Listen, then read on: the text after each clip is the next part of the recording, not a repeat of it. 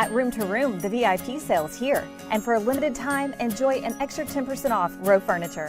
From classic neutrals to bold statement pieces, Row gives you modern style with timeless comfort. Don't miss the VIP sale happening now, only at Room to Room Tupelo. Hear that? That's the sound of your life. But every time you drive after drinking, the music gets drowned out. Buzz driving is drunk driving. Mississippi's trusted weather experts. This is Mississippi Live Weather at 6.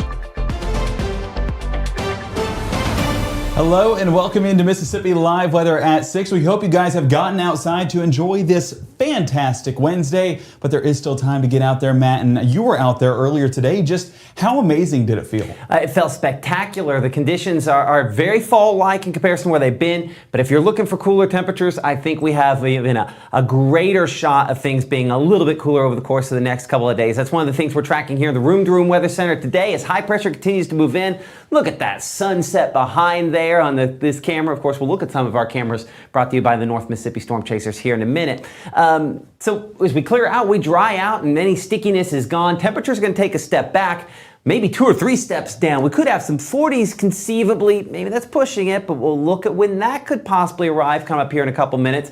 And then, of course, Severe Weather Preparedness Week does continue, Gabe, as we, a lot of times this time of year, we're thinking, okay, it's beautiful weather and fall, change in the leaves, that's all important, and certainly we're stepping that direction, but we prepare now for things like tornadoes and other forms of severe weather. We'll have the very latest, of course, on how we should be thinking ahead on this midweek time period, and hopefully folks took heed and thought about their storm shelter today with that tornado earlier on. Exactly, and we talked about severe weather kits at the beginning of the week as you walked folks through that, and then we talked yesterday severe thunderstorm warnings. So lots of things we need to discuss, and this week is just to get you guys prepared, but we'll talk more details about that coming up here in just a few minutes on Mississippi Live Weather at 6. As we bring it back here to the Room to Room Weather Center, you'll see the first 12 sees a dry forecast, 75 degrees around 7, falling into the mid-60s around 10, so any late church midweek services, well, of course, they will be getting a little bit cooler, might need the long sleeves handy. But towards tomorrow morning, yes, you do see that correctly, 50s going to be a realistic possibility and an expectation as we get started with our Thursday, and so that's just a sign of those cooler temperatures, those 2 or 3 steps back really pushing into the picture. Caledonia giving us a great sunset right there, 78 degrees, feeling like 79. Dew point's currently at 69 degrees. This is the number to pay attention to, that dew point falling off over the next few days, and that's what's really going to let those temperatures cool off even into tomorrow morning as well. Edinburgh, sorry about that, 77 degrees, feeling like 79, and dew point 68 degrees as well. Even down there, we're going to see those temperatures and dew points fall off overnight. And Batesville, a beautiful sunset right there. You can see the sun reflecting off of those buildings right there in Panola County, 79 degrees, and again, feeling like 81. This is one of our less breezy spots, only about 3 miles an hour, but elsewhere been up to 5, 10, even a 15 miles an hour this afternoon. And if it wasn't cool enough for you, well, those winds made it cool enough for you. It was just a great addition to what was already a spectacular forecast, and we'll continue to enjoy that into those evening plans. Let's get back into Mississippi Live Weather Radar, and as you can see right here, I'm going to put a loop that circulates back to 12 hours because you might notice that we have not been tracking anything rainfall wise since that time frame. A lot of this is going to be bugs or things like that moving through the forecast, but overall, nothing on our radar that we need to be concerned about when it comes to precipitation, when it comes to the significant precipitation at that. So fortunately for those afternoon plans, if you do have any that take you outside, this is as ideal as we get when it comes to this great forecast. So looking at our analysis mode right now, you can see as we expand things out that we're going to continue to enjoy those dry conditions. A few showers out there down south along the Gulf Coast regions, but that's kind of what is left of this frontal boundary, weakening out and pulling a little bit more there towards the east, but what's left of it, that slight boundary continuing to allow some of those showers and storms to occur around Baton Rouge, New Orleans, and Hattiesburg. And of course, back behind it, we'll just continue to enjoy the dry forecast here in North Mississippi. Let's go ahead and get into Futurecast right here. And as you can see, there we go. As you can see, actually, let's go back. I think technology's playing with us right now. Let's go ahead and take it back one graphic right here, and we're going to expand things out to kind of see the broad scope of what is exactly going to take place overnight. And that front continues to progress out there towards the Atlantic coast, and high pressure dominating our area here in North Mississippi. Those same conditions are expected to continue towards 2 and 3 o'clock. But this line of clouds right here, you can kind of see how that recedes further towards the Gulf, and that's going to drop off just a bit. There's that line around 3 o'clock. Watch as we push into 4, 5, and 6 o'clock. Really receding right there. And this is still during our nighttime hours. So that's going to allow the earth to kind of cool itself here in North Mississippi, and that's where we'll see temperatures drop as a result. So if you don't see a significant change into those first couple of hours this evening, it's really going to be happening during those really, really early morning hours on our Thursday. So excited about that. And if you want to wake up early enough to experience it, well, be my guest, but I will probably still be face to pillow around that time, and I will enjoy what's happening around 9 or 10 o'clock in the morning. So it just really depends on what time you get up and what the temperatures are when you get out the door. But either way, whether it's at 6 o'clock or 9 o'clock, you're seeing a great forecast for it. 55 degrees, like we mentioned, 6 a.m. And for folks waking up around 9 a.m., 61 degrees, noontime 74, and climbing into the upper 70s by the afternoon. And you'd think that this is due to some cloud cover in the sky, kind of blanketing our sky. No, not at all. We're seeing plenty of sunshine all day long. So get out there and enjoy it. If you're unable to today, if you're unable to yesterday, tomorrow. That's a prime opportunity for it, and especially for your Friday, as those Friday night football games and our Friday night game of the week in Aberdeen kicks off. We're going to have more detailed look at that forecast coming up here in the next 60, what to expect rainfall-wise, and little hint, there isn't any.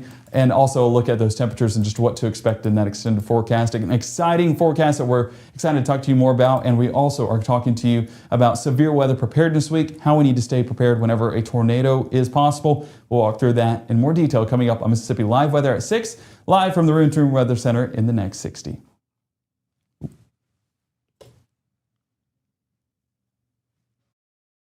Visualize perfection, freshly picked ingredients, tantalizing flavors, sweet and sour intertwine, and dance into your glass. One-of-a-kind arrangements, hitting every note. Why wait for the weekend? It's on at the grill. I know you're going through a lot. I wonder if you know that we can get help. Let's see how far we can go. Love, your mind. Be right there. Wait. Use the shovel and bucket of water, remember? Drown, stir, drown, feel. Then make sure it's cool.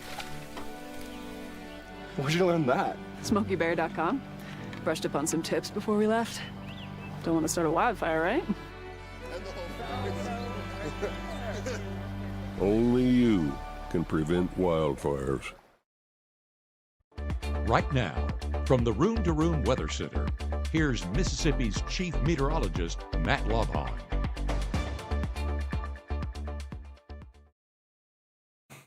Well, we are clear across the region here, and not a lot of folks complaining that we need some moisture. It is kind of working our way toward the end of the growing season, so maybe it's just at the Law Pond House. Not too terribly sad to see that grass growing a little bit more slowly as we inch closer to November. But nothing but bugs and things like that, birds being detected there on Mississippi Live Weather Radar at this time and on its latest scans. We did have, again, some showers around over the last 24 hours or so that we've been tracking here in the Room to Room Weather Center. I'll show that 24-hour rainfall, and you can see where we did see some estimations of some rainfall over the last 24 hours, but I do think not all this is meaningful as that indicates. But really, if you look over the course of the last week, we've had some off and on rainfall, but certainly most of it across the state has not been overhead for us. So we definitely need a lot more of that, and unfortunately not the case. But what we have had, some pretty nice shots here, like this one coming in from Pontotoc of those kind of mid-level clouds there. Appreciate Kristen Pontotoc for sending us the harvest moon. I don't know if you saw it last night, right above the horizon. I was coming back from soccer game with my son, and most of the time I'm like, the supermoon stuff's bogus. It's like everything's a supermoon. If it's not the small one, it's a supermoon, right? But it seemed like it was a little bigger last night. Kristen Pontotoc again capturing that, and appreciate her for sharing that with us using the Mississippi Live Weather app. You can send in your pictures with the app as well. Come up here pretty soon. We have a pretty exciting way in which you can send in those pictures on the app and maybe possibly make some money, especially in severe weather coverage. Don't want to give it all away now, But let's just say with True Shield Roofing, I think we're going to have a biggest hailstone contest. It's kind of one of those, it's a negative thing if you've got hail, but if you have a hailstone greater than 1 inch and you're the biggest hailstone that day, we're looking at some gift cards there. We'll talk more about that as we get closer. Thank you to the True Shield Roofing folks for kind of helping us out here at Mississippi Live Weather and the Hail Detection Department, allowing us to kind of bring in some new technology as far as that is concerned. So rainfall down south, closer to that front where, again, we've had the rainfall, and since that's moved away, drier air has come in as well. I mean, look at this. We're only 75 right now, Starkville, 76 degrees in Tupelo, low 70s to the north, but this is the real number. 46 to dew point there in Jonesboro versus 66 Tupelo. That's a 20-degree temperature swing on the dew point. And if I go back and show you the actual temperatures for a moment, notice it's only 2 degrees there on the actual temperature. So why does that matter? Well, the drier air is what makes it much more pleasant. And that is where the fall-like feel comes, the humidity kicking on out of here. Again, looking back at that moisture though, a lot more still down to the south. So if you're down in Starkville or farther south, it's coming. We just got to give it a little more time. Your church forecast this evening, 78 at this instant here. By the time those church groups are wrapping up this evening, around 8 to 9 to 10 o'clock, we're low 70s and then into the 60s. But that's a pretty decent drop in temperatures there. More than 10 to 12 degrees there in some spots over the course of that time. So a lot of folks probably already headed out the door for that. You'll need a jacket if you haven't already gone out. Those north winds have a cool feel to them as well. They continue into tonight. Futurecast, as you can see here. Again, that northerly wind and the clouds thinning out somewhat. Now, how quickly they thin is really the key to how far those temperatures drop by early tomorrow morning, because you'll see we still keep just this little blanket there. Grenada, Bruce, back toward Houston and West Point, 3, 4 o'clock, 5 o'clock in the morning. If that clears any quicker, the temperatures tomorrow morning do definitely go cooler than this. So that's why we're still holding about 58 for that temperature there in Macon, 57 Kosciuszko. You can wipe that out there. Might be 55 and 54 for some of those spots as well. We're down to 52 Corinth and Holly Springs. I don't think we're dealing with the 40s tomorrow morning. I think we'll be closer to that by early Friday and Saturday morning into this upcoming weekend. But still, this is a lot closer to what we expect for this time of year. We should be mid-50s. That's right on target for where we're at to begin tomorrow. Our IMPC school day forecast, we're at 54 degrees at drop-off, 70 by lunchtime, and 77 by the last bell. But that 77 tomorrow versus our upper 70s and low 80s we had today is going to feel drastically cooler with the humidity front. Now, listen, with the humidity dropping, that makes a difference, but there's still gonna be a little bit of a wind, so definitely in the morning at drop-off there, that 54 cool enough, you will want to have a longer layer, a jacket necessary, even though we know the kids are gonna throw it in the back or drag it on the ground on the way home tomorrow, because it will be warming up enough for that in the afternoon. North-northeast winds, again, drier air, clear skies, fairly calm conditions as far as the weather is concerned. I say that, the winds will not be cold, continuing out of the north and northeast. That's a dry direction for us, so bringing us drier air as we progress throughout your Thursday. Honestly, an excellent lunch date kind of day. Now, I will say that you probably want something to weight down plates and things like that, because the wind breezy enough to possibly blow that around. So maybe excellent isn't good, but I'll say a good lunch day because it's one of those really nice fall-like days. And listen, nobody expects it on Thursday, right? Guys, I'm trying to help you out here for the plans. Just think about that as an idea, or maybe at least patio weather for this. All the rain chances back to the east of us out there into Alabama. High temperatures, normal this time of year, somewhere in the neighborhood of the lower 80s. We're going to be probably upper 70s, as you can see here in Tupelo at 78, 79 degrees Eupora, Houston, and Bruce. Remind me after this show, Gabe, we need to get you the one that has the normal ride on there and the record highs. So we'll put that into your workspace there as we're still tweaking things on that. But 83 there in Columbus and Macon, some of our warmer locations. Again, more humid south. That holds temperatures up a little bit more in the afternoon as well as in the morning as well. So continue to keep things dry with a little bit more cloud cover around for late Thursday evening. Again, this is the question. How much of this cloud cover here in the area? There's just this very weak disturbance kind of moving overhead. We've swept most of the moisture down the Gulf, so I'm not really thinking meaningful moisture out of this.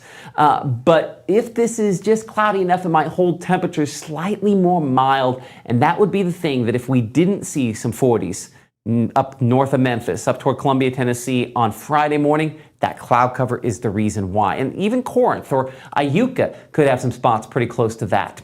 As you can see on the wide shot here, we don't have a lot of meaningful moisture even on that shot. Back to the north and west, we have a front generally moving toward us, but just not a lot of big push of cooler temperatures associated with that. So we're still very pleasant on Friday. It does look like we're dry for those Friday night football games, with things getting a lot more interesting out there into the Atlantic. Gabe will be looking at your tropical forecast here in a couple of minutes. High temperatures on Friday. We're looking at about 79 degrees Eupora and Starkville, about 81 degrees in Columbus, 80 there in Vernon. And now when we're upper 70s for highs, and of course we're losing sunlight each day, that does make it a little bit cooler for those forecasts for all of our Friday night football games. In particular, when we're talking about our game of the week, we're going to be down in Aberdeen. Aberdeen versus Choctaw County. Super excited. Again, two great teams. Two teams we haven't covered so far this year, so excited to be down there to see them. You can see that Friday as well as tomorrow is the cool spot, and again, the only 2 days we're below our normal for this time of the year. We go up a lot more in the extended forecast there. Need to add some pause points on these as well. And then as you can see, dew points. This is where we see the bigger dip there. Much more manageable for those dew points by your Saturday and Sunday. If you're looking for what feels like fall, that's probably the time period that we feel the most like fall as that settles into the area. As we look at the forecast, again, 7-day forecast here, we'll start hour by hour on your low temperatures here first. Yeah, as you can see, a lot of those temperatures, 50s for the lows, our coolest days there. Saturday, Sunday, we want to kind of exaggerate how much warmer some of those other days were as far as that's concerned. But even then, as you can see, we're getting closer to something that feels like fall. So from 54 in the morning, we're 74 by noontime, 78 the high temperature under mostly clear skies. Again, those clouds are really the only question for tomorrow, but not questioning, we're not seeing precipitation. That's the way this goes. Dry again for your Friday, 57 that low temperature. That next boundary bringing some slightly cooler air as we look towards Saturday and Sunday, lower 80s and upper 70s out there, again under almost completely clear skies. Keeping it probably middle 80s as we look toward Monday and Tuesday of next week. Now, do we have all the football forecasts in this show here, or we can show those coming up in the next block? Yeah, we can show those. I think that's what we'll do. We'll get your high school football, your SEC football forecast, and we will look ahead at what's going on in the tropics, talking about severe weather prepared this week. So still a lot to come, despite it being 6:17 here on Mississippi Live Weather. We'll see you in about 60 seconds.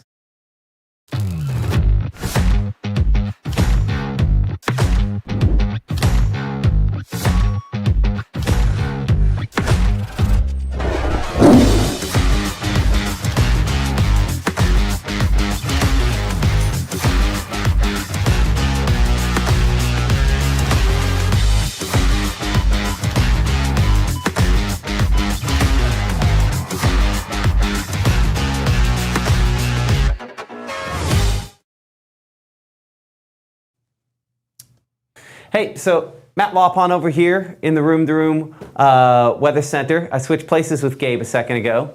Do you want to switch back for a second? Swap back? Let's swap back for a second. Okay, sweet. ready? Whoop. You didn't see this. Ooh. Nothing happening here. That's what happens when you pre-program something, right? Exactly. You think that technology wants to cooperate, but it has plans of its own. I mean, granted, it does what you tell it to do. That is fair. You just have to, if you're Matt, you have to occasionally double check what you told it. Well, do you want to go ahead and go, I'll take over football forecasts and stuff, or do you want to talk about your No, you do that team? right there, and I'll take football forecasts, and I'll switch you out when we get to tropics. All right, well, go ahead and, it should be pulled up, and if you want to... I was going to say, go ahead and talk about it. Okay, well, yeah, what we're talking about today is severe weather preparedness. And one of the things that was a big focal point today was tornadoes. And tornadoes is always a big emphasis whenever it comes to our forecast here in North Mississippi, because in the spring, that's of course our more active time, but it's even a realistic possibility as we get into the fall and winter months. I mean, you see April, of course, peaking out at about 7.5 in those average number of tornadoes per month. That number can vary. We did have an active April this year. But as we get into September, October, and November, you can see about 1 to 2 is expected. That's, again, our average from 1950 all the way up to 2021, peaking in November. Why does that happen? Well, what's happening this time of year? You get these fronts that move through the area that start to bring some of that lifting mechanism, and still with some of that unstable air left over from summer can linger in the forecast and cause some of those storms to ratchet up just a little bit and maybe produce a brief tornado touchdown that could be damaging in its own right.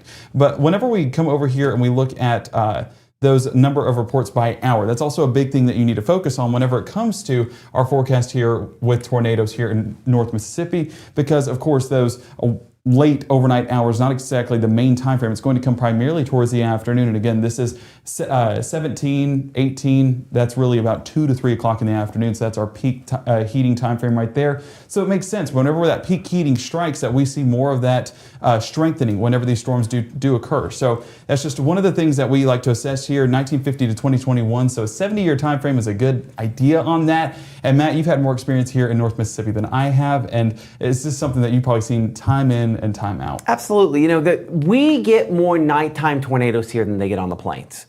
But our prime time is still going to be afternoon to early evening. You know, 16, you can subtract 2 from that. That'd be 4 p.m., 5 p.m., 6 p.m. really is the time period where typically we have mature storms that have moved in. We also sometimes get those squall lines with isolated tornadoes. But I think the other thing you notice on that graph there is you have that peak for the last hour of the day, for the 23rd hour. That'd be 11 p.m. there. See how it kind of comes back up all the way on the right-hand part of the screen there. It comes back up just a little bit more than the rest, right? Yeah. And so, you know, we do get nighttime tornadoes, and nighttime tornadoes are the most likely to be killer just because you always have that one person, if it's my time, it's my time, you know. I talked to somebody about that the other day. Luckily, they said, if it's my time, it's my time, but they're like, but I still pay attention. We still have the app to wake us up just in case. And that is one of those instances where part of the reason we always talk about weather call, and I'll show that here for just a moment, and we'll talk more about, you know, how to keep you and your family safe as far as that's concerned, come up here in a few minutes. But weather call is just so important because it wakes you up if you're in the danger zone, lets you know if there's tornadoes coming toward you, and calls you back if one is confirmed to be moving toward you. So now on this Severe Weather Preparedness Week is the time to just snap a picture of your screen, scan to sign up for a weather call. We had it at the old place. The new version here does a few other things, but for major flash flood emergencies, like what you would have had back in Texas, you know, caused all the deaths earlier this year, as well as severe thunderstorm warnings. A lot of things, including some tropical alerts there as well that you can get to your phone. Again, we think layers save lives. The Mississippi Live Weather app. We're going to have to work on some programming here during severe weather season. I'm going to say those letters way more than I should. But the Mississippi Live Weather app, very fast on those alerts. I was talking to some people, Gabe, at the, homecoming parade today, and they were talking about how, oh man, what was it? They were on some tropical island, a place that I went, man, I'd love to go there. Yeah. Nice. And they, they were getting alerts from us there. I mean, it's fantastic. So it definitely keeps you ahead. I'm going to test next week whether or not we get alerts in Australia. And again, we have a good partnership that we'll be talking about. We'll be sending back some videos of that as well, Gabe. Another thing that you're looking at there, I could see behind you some more statistics related to tornadoes. Yes, and it's exactly what you were talking about whenever you were talking about those nighttime tornadoes. This is an exact graph for each month for those day versus nighttime tornadoes. And of course, day is in the blue, night is in the green. And as you can see, April, 279 during the day, 109 at nighttime. But I am very curious, Matt, and I would love your input here. November, 23 daytime tornadoes, 122 occurring at night. That seems like the anomaly on this graph, and I'm curious as to the reasoning behind that. And so whenever glancing at this, it all kind of made sense until November, and then it's like, what's squall lines? I think it's you're going to get, so you're very rarely going to get a supercell set up in November, right? Yes, yeah. Supercells are typically going to be individual cells by themselves that they are going to be the ones that tend to happen a little bit more often at night. They happen during the day. At night, you're going to get a squall line coming in with spin-up style tornadoes.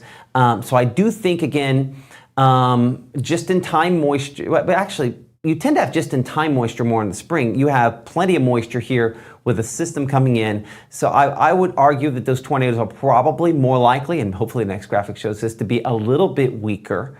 But I think that's part of the reason why at night ends up being the case. We also change the time in November, so we do cheat a little bit, but not to the extent that there's such a disparity there. And again, that's the same thing in December. As you can see, it gets closer to 50-50 December, and step out of the way from January. Yeah, January is 50-50 as well. So it's the squall line tornadoes, but once you get more into true supercell tornado time period, late February, March, April, May, that's when it shifts clearly more toward daytime. And those are the tornadoes that typically plague the plains. And I would love to have another chart, and I might reach out to the National Weather Service and see if they want to put their magic together on another one of these for each year, because I'm curious if some of those November tornado occurrences, the more active seasons, occur when the summer tries to push on a little bit longer.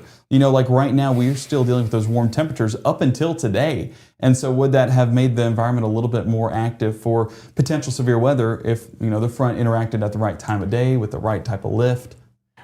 You know, it's kind of like when we always talk about big snow events, how, you know, in order for us to get a big snow event, you know, you can't just have to be 31 or 32 degrees, right? Yeah. You know, so it could be the warmest winter on record, you're 32 degrees, and have what could have been a rain event if it had been 33 and just dump snow. I think it can go either way on that. I don't want to overgeneralize on that. We do know in a warming climate that we keep more moisture around longer, deeper in the season, so those sorts of things would work. This year, we're just so dry that you don't get the transpiration effect there, where the plants are giving off as much moisture to kind of help out. You know, sometimes that little boost, you can make a little bit of a difference there. Research still ongoing on some of that, but yeah, that's what I would say on that. I gotcha. Well, and that makes perfect sense. And honestly, all the more reason why transpiration this time of year, it's not a good thing, because it also keeps the humidity down, right? So what we're dealing with right now is, of course, that drier forecast. And Matt, I know you're tracking that for our high school game of the week, right? Yeah, thankfully, our KC Lott High School game of the week is looking dry, looking clear. But Gabe and I, probably by the conclusion of that one, we don't have the wind on there. We'll be less breezy. It's been the last couple days. 64, probably feeling a little bit cooler than that. You'll want the long sleeves to go over top of the short sleeves. Maybe short sleeves when you head out there initially. But honestly, 74 for that pregame temperature isn't exactly warm. That's the 6 p.m. temperature there. So looking like it's going to be a good week to enjoy some of those high school football games. Kickoff also for our SEC football this weekend is going to be Ole Miss there. Of course, Washington State coming in. You know, I mean, it's not often you get, again, power conference there coming into Avant Hemingway, and so I know the crowd's going to be electric there. I mean, obviously we get SEC power conference folks, but you know, when you get these non-conference games, it should be a big game. Will be warm enough in the afternoon that clearly you want a longer layer in the Grove earlier in the day, but by the end of that, you know, you're going to be fairly warm there, especially if you're in the eastern stands, getting a decent amount of sunshine all game long from that one. So looking dry and in a lot of ways good. Mr. Gabe Maynor has a thought on that. I had to say something about the Mississippi State tie in this matchup, because you know, Mike Leach, the legendary coach for the Bulldogs, actually started at Tech, didn't he? His first head coaching job was at Texas Tech, yes, in Lubbock. While I was there, I got to live through the amazingness that went with that. I remember hearing the story. It was so fun just listening to that. And but I mean, he went to Washington State, and so Washington State still having some ties to Mike Leach. That's kind of where he got really going in his coaching expertise in the air raid offense. And so this is almost, I don't want to call it a mini Egg Bowl, but kind of a Egg Bowl light in the circumstance. So Bulldog fans, is Washington State going to do better or worse than Mississippi State's going to do when it comes to the Egg Bowl? See, that depends. How healthy is Mississippi State at the end of the year? Because at the start of the year, I would have said, hey, that's a competitive matchup. But every week we lose about 10 players. And so if we even have a team at the end of the year, I'll be happy. Well, I'm excited to see how that goes. You want one more Mike Leach tie-in, and I'll bring this up every once in a while. Did you ever see the shot of him doing the weather? Did you show that?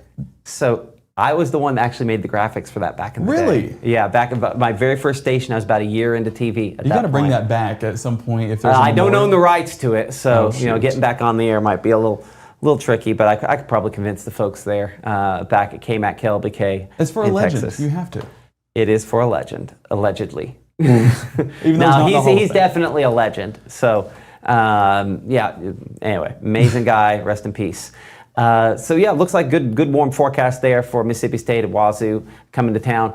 We're looking at Alabama and Missouri. Oh, I said Missouri. I said it right. Oh, your Kansas people are ashamed. I have never stopped in Columbia, Missouri, and I never will. So anyway, I'm a Kansas person. We don't like Missouri, so I'm a huge Alabama fan this weekend.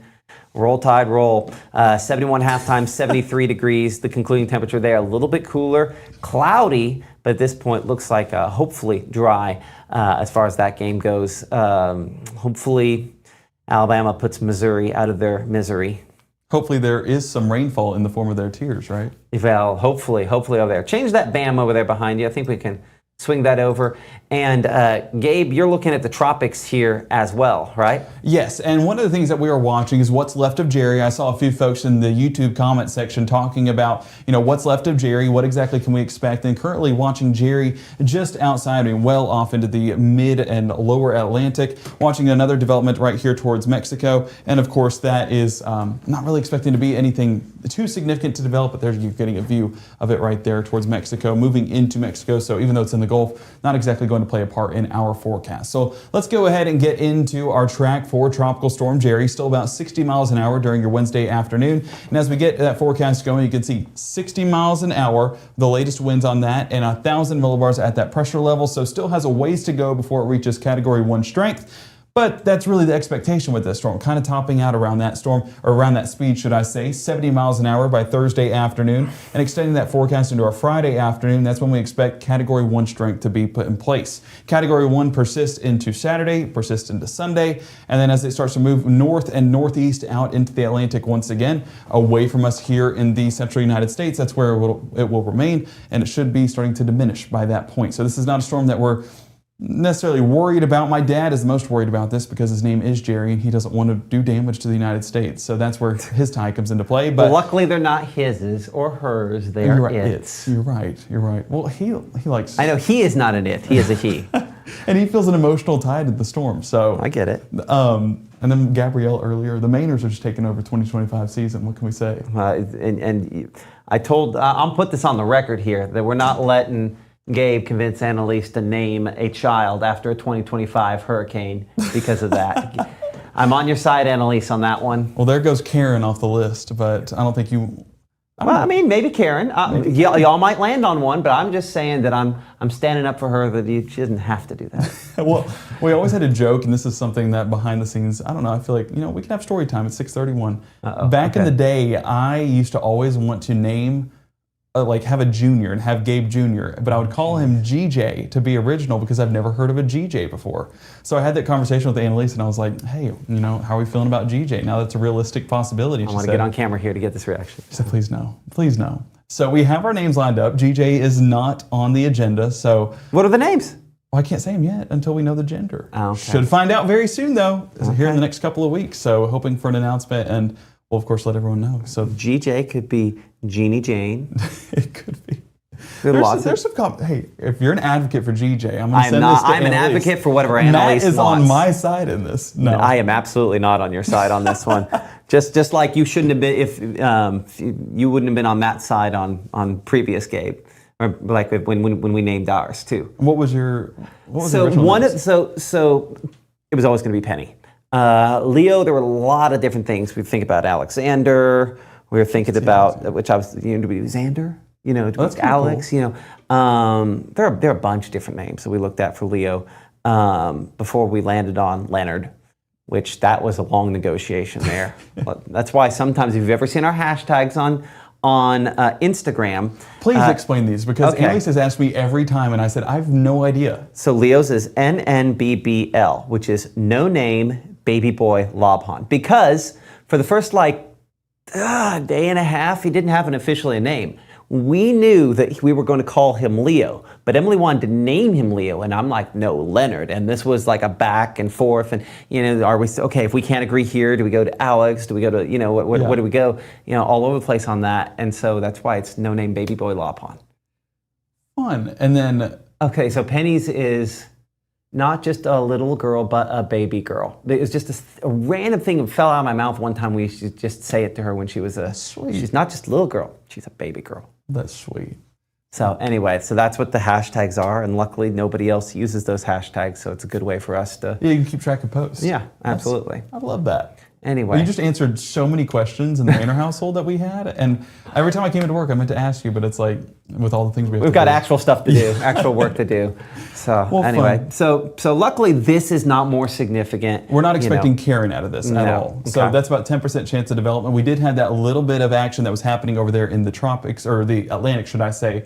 That doesn't look like Actually, there's no formation right now. It's kind of saying any percentage of development, but wouldn't be surprised if that maybe got a little bit more interesting over the weekend, possibly becoming a depression, maybe up to a tropical storm. Yeah, but that's and it looks more subtropical in nature. Do you have anything else after this? You have the. Well, we're just going to talk about tornado safety. Well, stuff. let's go back and let's talk about that for a second. Might as well. Okay, and then I know that Mrs. Lawpun will get on me for like just wrap it up. She's the OG Leonard. The OG Leonard. Hold on. So let's go to analysis here for a second. And let's go to GOES East IR disk. Yeah, there we go. Well, and it's obviously it's not going to show up there. I need models at this point. But you get these fronts that kind of get out here into the Atlantic, right? And then what happens is as they stall, you tend to. It's back there. Is it? Okay. I don't know why it's been popping up back there. Oh, okay. No, I changed it, because I knew what I was doing, right? There we are. So our front here, but it stalls out. And so what happens is you then get these little disturbances that kind of form close to the front. And if they can just go slowly and grow large enough, they start rotating because the whole Earth is, rotating. That's how we get 9-day, right? Do the Coriolis force, and then they can kind of spin and kind of move up it. A lot of times, this is a way in which storms develop this time of year. Is just, if you can get enough moisture. This one looks a little subtropical. That's the whole reason I just went all tangent on you, is because I don't know that it goes full-blown tropical. And again, that's just looking at model output. A lot could change with that over the next few days. Certainly plans toward the East Coast. I had a friend that they are going on a cruise down to the Bahamas because it is, coming up on fall break here, and they were definitely wondering about Jerry.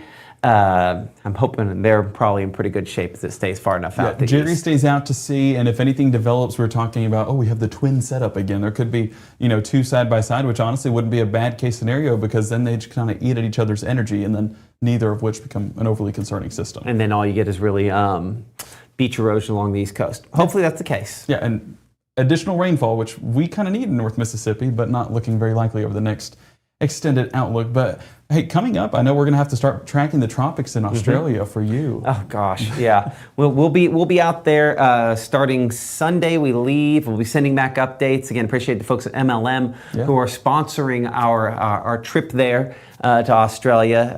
And we'll be sending back kind of videos about what we're going through there. A lot of which is traveling. We figured it's 32 hours there, body time. When you cross the date line, it's one of those like, hey, you're going on a 2-week vacation, except for, almost half of that is traveling. You need to do one of those videos where it's like, hour 0, and this is Matt Lobhan excited to go to Australia, and then you get to the end of the trip, and it's like, this is hour 32. This is Matt Lobhan. We've made it to Australia. Yeah, the problem is I'm still already thinking about hour 32 at hour 0 right now. Anyway, okay, let's wrap it up. Well, okay, and honestly, if you want to chime in on this too, what we're going to be talking about as we kind of wrap things up is going to be tornado safety. We have apartment, we also have home and mobile homes. So here you see with an apartment or university dormitory, we do have Ole Miss and Mississippi State. Go to the lowest possible floor. Even though it's a central room, your bathroom on the 3rd floor, it's not as ideal as the bathroom on the 1st floor. Make friends with those lowest floor neighbors and bring them a cookie or something whenever severe weather strikes, and they'll let you house there. When I was in Florida, I was talking to some folks, a researcher who has worked on Vortex Southeast, Perils, which was one of the most recent research projects they've done in this part of the country. They talked about it, time for a visit is kind of this idea. We talked about some ways in which we could start promoting this. We want to move people, if you're not going to necessarily go from I'm in a car or in a mobile home to I'm in a reinforced shelter, right? But we want to work our way down the safety continuum towards something safer, right? Yeah. So safer might be grandma's house and y'all have a potluck dinner because there's a chance for tornadoes and grandma's house is safer than your manufactured home. Exactly. And listen, manufactured homes, I've said this a million times, 360 days a year, maybe even more than that, are just fine. But most tornado fatalities occur in manufactured homes and automobiles. And there's nothing against those. The economics of life in 2025 makes sense for manufactured homes. But we want to know that when severe weather is occurring, we have to work our way to someplace just a little bit safer, in particular when tornadoes are occurring. Because all the fatalities we've had in this part of the state in the last decade have been in manufactured homes. Well, and at night. Yeah, and so those two things combining. There is I've heard people tell me I was in a mobile home and survived. Well, and there are those You stories. can, no, you absolutely, you can. It's just, it's more of a gamble. Like, yes, you don't know the rating of the tornado before it happens. You're pretty much guessing that it's going to remain at EF1 strength or EF0 strength. It could very well get stronger and be an EF3 right when it moves over the top of you, and then you for sure do not want to be in a mobile home. And so, but ultimately, that should not dissuade anybody from buying and living in a mobile home. That's just fine. It's just we need to move to someplace a little bit safer, and so it's time for a visit, maybe to a friend's house. Yeah, and same thing I would say if you live in a second floor apartment. Yes. And in many apartment buildings, just normal apartments, we need to be going to something on the first floor, going to someplace house. And so we're going to start promoting this idea of, I don't want to say tornado parties, because that implies things that where we start making choices and we're not paying attention as well. But having a visit with friends, with family, to make it a positive situation. Because you can have positive memories in this situation. Go have game night at somebody's house, and then everybody leaves at the end of the night. Oh, it's great. Yeah. Nothing to worry about. Have your Mississippi Live weather app there handy or on the TV, so that you're informed. But plan to be someplace safer. And that's a way in which we can keep everybody safe. Yeah, exactly. And these were kind of the rules that the National Weather Service did put out when it came to mobile homes. It's saying if you're in a mobile home, it's saying that it's not safe. And that's, again, what we're pushing here is just be on the overly cautious side if you are in a mobile home. So and don't wait for the warning to be issued. Yes. That's why we want to make plans hours in advance, because once the warning is issued, again, what's the most dangerous place? An automobile. Yep, Mobile homes are close, but automobile is the most dangerous because it can pick it up and roll it over. So if we make the effort to get where we need to go in advance, we're going to be okay. Now, it does say at the bottom, lying low with your hands over your head in a ditch or a ravine. What are your thoughts on that? Yes, but no. It's kind of like, it's like the person that withdraws their bank account after having bought a fancy dinner for their friends. You had some signs here. You knew the numbers were low. Maybe we shouldn't have done that. So by the time we were lying in a ditch or a ravine, we didn't make plans to be with friends. We didn't get any place when the warning was issued, and now it's on us, and we're doing the best we can. But here's the thing about a ditch or a ravine. You could talk to Elizabeth Herndon. We run that promotional spot where we talk to her. Her and her family, her husband, and child were killed in the Monroe County tornado that went through Amory. And the whole house was tumbled and thrown, and they were in a ditch, and she has all kinds of broken to pieces, and she's trying to hold a child above, death from water, flooding level, in this ditch, and luckily was able to get somebody as the water's coming up to help rescue her in-laws over there. I point that out to say, but yes, ditch or ravine will save you from a tornado, but clearly there are other impacts. If you have no other option, okay, but we've made a lot of mistakes or a lot of choices by the time we get into a ditch or a ravine. We definitely haven't planned ahead. Yeah. Exactly. And that's what this week is for, is severe weather preparedness. So setting the scene going forward. And of course, our last graphic that we have here is for, it did what it did last time. There's for home. And so this is kind of just for same thing that we've been talking about, moving to the lowest level or into the interior room without windows, like closets or bathrooms. We have a closet in our house that we go to. But even then, I send Annalise to her mom's house because she has a storm shelter that's underground, and that's just the best place to be. And that's even on those marginal to even slight risk days. I'll say, hey, just go there for a precaution. And I will say with storm shelters, you need to go every time, including in the middle of the night. They are a waste of money if you don't use it every time, because sometimes that lesser chance produces a tornado, produces damage. And the odds are greater that a lesser tornado is the one that ends up hitting you.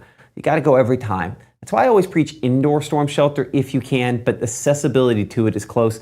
And this is, listen, basement is your best option, but I would almost always recommend an above ground storm shelter for folks because your knees don't get younger. And as you get older, trying to get down, if you have below ground, absolutely use it. It's fantastic. You should use it. They work and they're safe.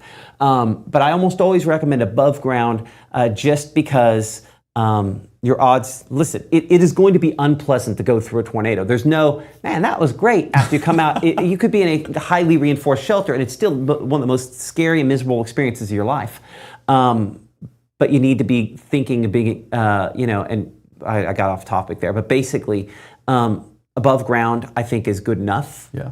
And you'll use it every time if it's in the home or directly next to the home. So proximity to the house is probably the most important thing. And basements are, of course, a good thing as well. I mean, it saved my wife's life and her family, so we're a big advocate in the Maynard household. But at the same time, not a lot of homes, and this is what I learned when I moved to Mississippi, have basements. And so that's not something that people have readily available. But it's an additional cost. It's a significant cost. Yeah, but there's so many programs now that are in place for storm shelters, or hey, if you want one that's built in those communities that were especially hit. I know, didn't Monroe County have one? At points in the past, I do not think that there are any programs in place at this moment related to that. Those typically are short fused, the first 6 months to a year after that.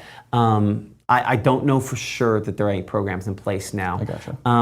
Unfortunately. But, again, you might not be in the absolute safest place, but we're looking to be in a safer place. And so, if you're in a second floor apartment, let's go to the first floor. Yeah. If you're in a first floor apartment, let's go to a storm shelter. If we're, we want to be in a reinforced shelter if we can, but, move to the safest possible location. And that might mean away from cars and mobile homes into something different. And it might mean moving down the floors if you can. Yeah. I love the concept of, I know you don't like the party part of it, but the tornado safety parties. Well, I don't, it's not that I don't like it. I just know somebody's going to get a little too crazy with the party. Tornado throw party. It's tornado season. It's tornado party. We're going to do the Gabe Maynard drinking game. How many hairs are out of place? That's how many shots we do. Oh, man. There's the shot. Right? Literal shot. Yeah. But, and some people are going to do that. It's just that then increases the likelihood of people going to the porch and yelling at Mother Nature. And Mother Nature always wins. I'm going to put extra gel in my hair on severe weather days. How about that? Then the drinking game doesn't exist. Yeah, absolutely. My hair will be perfectly in place. So anyway, gather wisely. But that's our big push this year. Let's thinking about getting together with friends and family and extended non-family family so that we can keep everybody safe. For sure. The big thing we're preaching this week, and we'll keep that coverage going tomorrow and on your Friday. So just keep it here for the very latest as we get you guys prepared. And of course, we will be there in those moments to walk through that forecast. And I think when we click pedal, we'll head over there. So is it going to go? No. I figured I'm going to have to hit this one there because that one should. There we go. I'll head over there? Yeah, I'll head over there. So the app, thank you so much for all of you that have downloaded it. I know we've got super chatty today. It is 46 after, Gabe. Well, at this point here, we might as well just look in there and see what you got. Anything else in there? Hang on, let me see. People were talking about the football game earlier on, 20 minutes ago or so? Yeah. But everyone just saying have a wonderful week. They just grateful for the dry weather that's going to be in place and staying safe whenever this week going on. Going ahead and get those plans in place. And that includes severe weather kits. Go ahead and put those in your tornado safety place. And of course, find your tornado safety plan. How do you get the most safe in those situations? That's what we want to figure out as we head through this week. Absolutely, just a little bit more safe. Of course, our next broadcast here coming up at 10 o'clock from the Room to Room Weather Center, likely to be a little bit shorter than this one. Maybe, if you're making the third this long, it's probably a good one. Of course, updates related to just how cool those temperatures are going to be the next couple of days. Gabe's actually going to probably be looking at low temperatures for not just tomorrow morning, also Friday morning, as we're trying to see, are we chasing the 40s? We'll see how close to that we're getting here in the Room to Room Weather Center coming up on Mississippi Live Weather at 10. We will see you then, and have a great night.